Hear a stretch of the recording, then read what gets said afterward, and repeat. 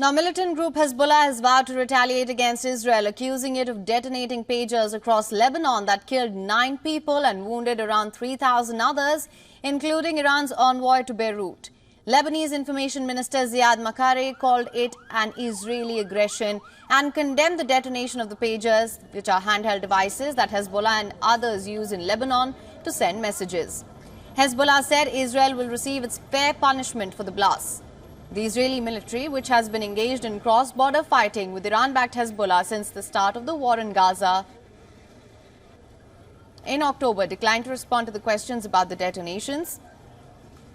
As per reports, a senior Lebanese security claimed that Israel's Mossad spy agency had planted a small amount of explosives inside 5,000 Taiwan-made pagers ordered by the Lebanese group months ago.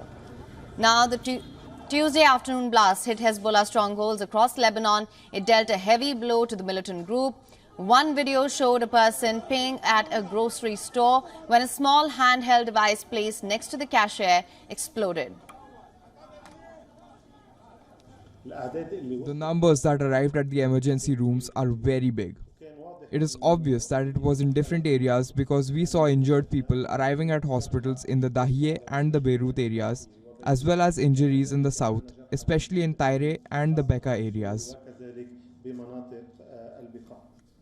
The casualties included Hezbollah fighters, the sons of top officials from the armed group. One of those killed is the son of Hezbollah member of the Lebanese parliament, Ali Ammar. The 10-year-old daughter of a Hezbollah member was killed in Bekaa Valley when his pager exploded. According to reports, Iran's ambassador to Lebanon also suffered an injury in the pager blast and was under observation in a hospital.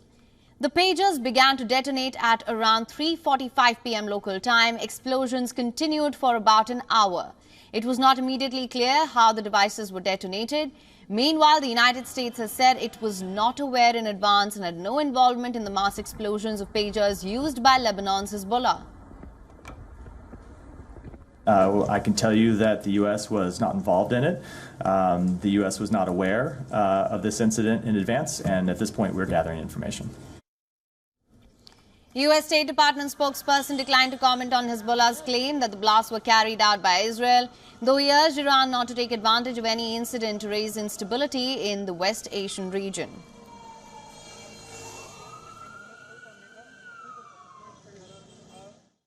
We would urge Iran not to take advantage of any incident, any instability, to try to add further instability and to further increase tensions in the region. That has been our message to Iran since October 7th.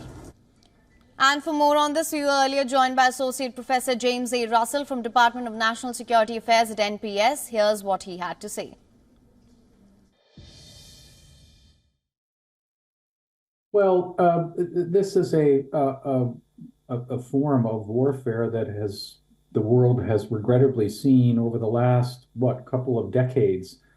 Really gets it's another version of course, what the United States saw when it entered Iraq and Afghanistan, and of course, regrettably, it became the weapon of choice used against U.S. forces. Obviously, applied against vehicles. This is somewhat different, of course, But yes, these kinds of weapons have been around for a long time, and they were just deployed in a different kind of way by the apparently by the Israelis. According to reports in the New York Times, it was the Israelis who implanted these explosives in pagers ordered by Hezbollah from Taiwan.